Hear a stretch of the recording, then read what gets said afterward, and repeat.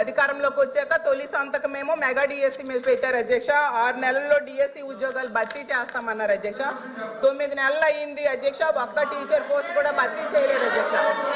అలాగే తీసుకుంటే గౌరవ మంత్రివర్యులు లోకేష్ గారు జనవరి 1వ తేదీన జాబ్ క్యాలెండర్ ఇస్తామని మంత్రివర్యులు చెప్పడం జరిగింది అధ్యక్ష. క్యాలెండర్ ఇయర్ మారిపోయింది కానీ జాబ్ క్యాలెండర్ మాత్రం ఇవ్వలేదు అధ్యక్ష. అలాగే ప్రభుత్వ ఉద్యోగుల పరిస్థితి, ప్రభుత్వ ఉద్యోగులకి ఏంటంటే 9 నెలల్లో ప్రభుత్వం తాలూకు నిజ స్వరూపం తెలిసిపోయింది అధ్యక్ష.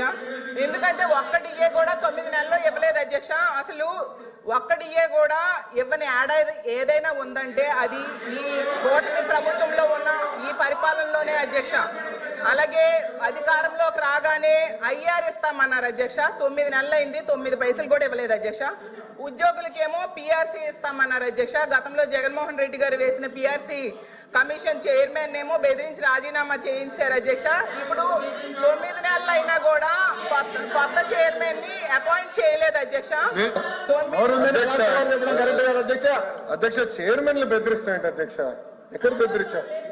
మేడం గారు వైకాపా ప్రభుత్వం అనుకుంటున్నారు. ఇది ఎన్డీఏ ప్రభుత్వం అధ్యక్ష. ఇక్కడ ఎవరిని బెదిరించట్లేదు. చట్టపరంగా ఏమన్నా చేస్తాం.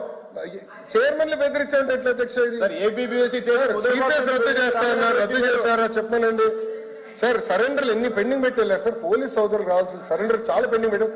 మన ప్రభుత్వ అధికారులకు వచ్చిన సరెండర్ మనం 1 సరెండర్ క్లియర్ చేస్తాం సార్. బ్యాలెన్స్ కూడా క్లియర్ చేస్తాం సార్. జీతాలు సకాలంగా 1వ తారీఖు నాడు చెల్లిస్తున్నాం. ఏం చేస్తున్నాం? సింపుల్ గా ఇట్లా చైర్మన్లు బెదిరించారంటే మీరు ఒప్పుకుంటే ఎట్లా అధ్యక్ష? ఇది దయచేసి అర్థం చేయండి అధ్యక్ష. ఎన్ని రికార్డు నుంచి తొలగించాలి అధ్యక్ష. చైర్మన్లు బెదిరించాం, ఇది కరెక్ట్ కాదు అధ్యక్ష. దయచేసి అర్థం చేసి కోరుతున్నాం.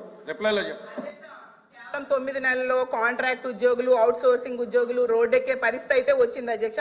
వీటన్నిటి మీద కూడా గవర్నర్ గారు అయితే తన ప్రసంగంలో చెప్పలేదు అధ్యక్ష. అలాగే చంద్రబాబు నాయుడు గారు, పవన్ కళ్యాణ్ గారు వీళ్ళు లేకపోతే మోడీ గారు ప్రభుత్వమే ఉండదు అనేసి పెద్దలందరూ చెప్తూ ఉంటారు అధ్యక్ష. అంటే చాలా మంచి అవకాశం. నేను ఒప్పుకోవట్లేదు. ఐఎమ్ సారీ అధ్యక్ష. No no no no no. ఎవరు చెప్పారు అధ్యక్ష? అది ఎవరు చెప్పారు? ఎవరు చెప్పారమ్మా? ఎవరు చెప్పారు తల్లి? ఎవరు చెప్పారు సార్? అధ్యక్ష, రాష్ట్ర ప్రయోజనాల కోసం అన్కండిషనల్ గా ఇటు చంద్రబాబు నాయుడు గారు కానీ అటు పవన్ కళ్యాణ్ గారు కానివ్వండి, ఇద్దరు నాయకులు కలిసికట్టుగా ఇండియాకి సపోర్ట్ చేశారు. ఎన్నికల ముందల, ఎన్నికలు అయిన తర్వాత రిజల్ట్స్ వస్తుంటే కరెక్ట్ గా 1 అవర్ తర్వాత గౌరవ ముఖ్యమంత్రి చంద్రబాబు నాయుడు గారు స్వయంగా హోంమంత్రి గారికి, ప్రధానమంత్రి గారు ఫోన్ చేసి కంగ్రాచులేషన్స్, కలిసికట్టుగా ఈరోజు ఎన్డీఏ ప్రభుత్వం 3వసారి ఏర్పడుతుంది అని అన్కండిషనల్ సపోర్ట్ ఇచ్చాం అధ్యక్ష. మేము పదవులు అడగలేదు అధ్యక్ష. రాష్ట్రానికి నిధులు ఇవ్వండి, రాష్ట్రాన్ని కాపాడండి, దివాళా ఎత్తేసింది, చాలా ఆర్థిక ఇబ్బందులు ఉంది, గత ప్రభుత్వం చేతకంతనం వల్ల ఇబ్బంది పడుతున్నాం, మీరు ఆదుకోండి అని చెప్తే రైల్వే జోన్ తీసుకొచ్చా అధ్యక్ష. విశాఖ ఉక్కుని కాపాడే అధ్యక్ష. చివరి అమరావతిని నిధులకి తీసుకొచ్చా అధ్యక్ష. పోలవరంకి నిధులు తీసుకొచ్చా అధ్యక్ష. అది ఈ రోజు మన ప్రభుత్వానికి ఉన్న చిత్తశుద్ధి అధ్యక్ష. మేము ఎక్కడ చెప్పలేదు అధ్యక్ష. దయచేసి మేడం గారు వస్తే విత్డ్రా దట్ పాయింట్. మేము ఒప్పుకోవట్లేదు అధ్యక్ష. అది మటుకు ఏదో మేము సపోర్ట్ చేయకపోతే మేము ఎక్కడో చెప్పినట్లు ఇది సత్యదూరం అధ్యక్ష. మేడం గారు వస్తే విత్డ్రా దట్ పాయింట్ అధ్యక్ష. ఇది చాలా సీరియస్ గా మేము తీసుకుంటాం అధ్యక్ష. అందరూ అంగీకరించాల్సిన నిజం, మన రాష్ట్రంలో ఉన్న ఎంపీల మీద కేంద్ర ప్రభుత్వం ఆధారపడి ఉంది అనేది నిజం కదండి అధ్యక్ష. సో ఇది చాలా మంచి అవకాశం అని చెప్తున్నాను అధ్యక్ష. అధ్యక్ష చూడండి అధ్యక్ష, మాట మార్చుతారు. స్టేట్మెంట్ ఏంటి? మనోడే రాస్తున్నారు, స్టెనో ఉన్నారు, స్టేట్మెంట్ ఏంటి అధ్యక్ష? నేను అది రికార్డ్ నుంచి తొలగించాలి అధ్యక్ష. అది సీరియస్ అలిగేషన్. సీరియస్ అలిగేషన్ చేశారు మేడం గారు. మా పైన ఆరోపణలు చేస్తున్నారు. నేను ఎక్కడో స్టేట్మెంట్ ఇచ్చినట్టు మాట్లాడినట్టు ఉంది, లేదా తెలుగుదేశం పార్టీ సభ్యులు ఏదో స్టేట్మెంట్ ఇచ్చినట్టు మాట్లాడారు. కరెక్ట్ కాదు అధ్యక్ష. నో మేడం గారు వస్తే విత్డ్రా దట్ అధ్యక్ష. చాలా స్పష్టంగా అధ్యక్ష మేడం గారు ఏమన్నారంటే మేము ఎక్కడో స్టేట్మెంట్ ఇచ్చినట్టు, మా పైన కేంద్ర ప్రభుత్వం ఆధారపడి ఉంది అని వక్రీకరిస్తూ మేడం గారు స్టేట్మెంట్ ఇచ్చారు అధ్యక్ష. నేను మళ్ళీ చెప్తున్నా, అన్కండిషనల్ సపోర్ట్ చేశాం, రాష్ట్ర ప్రయోజనాల కోసం చేశాం. గత 9 నెలలు పూర్తి చేయలేదు సార్. మీరేమన్నారు అధ్యక్ష? ఒక్క నిమిషం. మీ నాయకులు ఏమన్నారు అధ్యక్ష? పులివెందుల ఎమ్మెల్యే ఏమన్నారు? గతంలో మెడలో ఉంచి ప్రత్యేక హోదా తెస్తా అన్నాడు. ఏమైంది? మెడలో ఉంచి ప్రత్యేక హోదా తెస్తానని ఆనాడు చెప్పారో చెప్పలేదా? చెప్పారో చెప్పలేదా? అన్ని బిల్స్ మీరు 5 సంవత్సరాలు సపోర్ట్ చేశారు. ఏమైంది? ప్రత్యేక హోదా తీసుకురాలేదు. మేము మళ్ళీ చెప్తున్నాం తెలుగుదేశం పార్టీ జనసేన సభ్యులు కూడా ఉన్నారు. తెలుగుదేశం పార్టీ జనసేన 2 పార్టీలు కలిసి అన్కండిషనల్ గా ఇండియన్ మేము సపోర్ట్ చేశాం. ఎన్నికల ముందర కూడా చెప్పాం ప్రజలకి. నేను చెప్పాను అధ్యక్ష. ఒక్క నిమిషం సార్, మేము 24 ఎన్నికల్లో ఏం చెప్పాం? డబుల్ ఇంజిన్ సర్కార్ అని చెప్పాం. డబుల్ ఇంజిన్ సర్కార్ ఇప్పుడు వచ్చింది. కేంద్రం రాష్ట్రం ఒకే ప్రభుత్వం ఉంది. రైల్వే జోన్ ఎవరు కాపాడారా? మేము కాపాడాం. విశాఖకు మీరు పెద్ద పెద్ద మాటలు మాట్లాడుతున్నారు. 13,000 కోట్లు చంద్రబాబు గారు పైన నాయకత్వం మేము తీసుకొచ్చాం అధ్యక్ష. 13,000 కోట్లు తీసుకొచ్చాం. మీ ఉత్తరాంధ్ర ఎమ్మెల్సీలు మాట్లాడమనండి. మీరేం చేశారు 5 సంవత్సరాలు? ఏం చేశారు మీరు 5 సంవత్సరాలు? అడుగుతున్నా. అమరావతి నిధులు ఎవరు తీసుకొచ్చారు? మేము తీసుకొచ్చాం. పోలవరం గాలికి వదిలేశారు మీరు. బుల్లెట్ దిగినా అని మీ మంత్రి గారు అడిగారు. ఏమేరైనా పెద్ద మాట్లాడతారు. పోలవరం నిధులు తీసుకొచ్చారు. 6.5 ప్యాకేజ్ కి మొన్న 1000 కోట్లు రిలీజ్ చేశాం. నో అధ్యక్ష, ఐఎమ్ ప్రొటెస్టింగ్. మేడం గారు has to withdraw that statement. ఇది కరెక్ట్ కాదు అధ్యక్ష.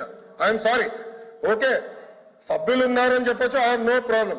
కానీ ఏదో మేము వాళ్ళని థ్రెటన్ చేస్తున్నట్టు ఏదో మా పైన ఆధారపడే పదం వాడతాం కరెక్ట్ కాదు అధ్యక్ష. మేము ఏనాడో అనలేదు. మా సపోర్ట్ అన్కండిషనల్. రాష్ట్ర ప్రయోజనాల కోసం కేంద్ర ప్రభుత్వాన్ని మేము సపోర్ట్ చేస్తున్నాం. అది చాలా క్లారిటీగా ఉంది అధ్యక్ష. కానీ దయచేసి అది మటుకు రికార్డు తొలగించాలి అధ్యక్ష. రికార్డు పరిశీలించి చూద్దాం. అధ్యక్ష చూడాలి కదా. ఇప్పుడు రికార్డు చూసి ఆ మాటలుంటే తొలగిస్తాం. కూర్చోండి. అధ్యక్ష, విద్యాశాఖ మంత్రి గారు వచ్చి మాట్లాడుతూ చాలా ఆవేశంగా ఆయన తాలూకు మాటలు చెప్తున్నారు. నేను మీ ద్వారా ఆయనకి మీ ద్వారా ప్రభుత్వాన్ని అడుగుతుంది ఏంటంటే, ఇవాళ జరుగుతున్న చర్చలో మా సభ్యులు అడిగింది ఏంటి? ఈ ప్రభుత్వం ఇవాళ కేంద్రంలో ఉన్న ప్రభుత్వం ఈ మన మన మన మన మన ఈ కూటమి ప్రభుత్వం మీద ఆధారపడి ఉంది అక్కడ. కాబట్టి ఈ రాష్ట్రానికి కావాల్సిన ప్రయోజనాలు రావాలనేది ఆవిడ ఉద్దేశం. ఆవిడ తాలూకు ఉద్దేశం. ఆవిడ ఉద్దేశం ఏంటి? ఆ ఉద్దేశాన్ని కాదు అవునా అనేది మంత్రి గారు దయచేసి మంత్రి గారు ఆయన చెప్పిందంతా చెప్పండి. ఆయన చెప్పింది పూర్తయిన తర్వాత మీరు మాట్లాడండి. మళ్ళీ ఏమనుకో, డోంట్ థింక్ అదర్వైజ్. ఎందుకంటే మాట్లాడండి. మళ్ళీ మీరు చెప్పండి.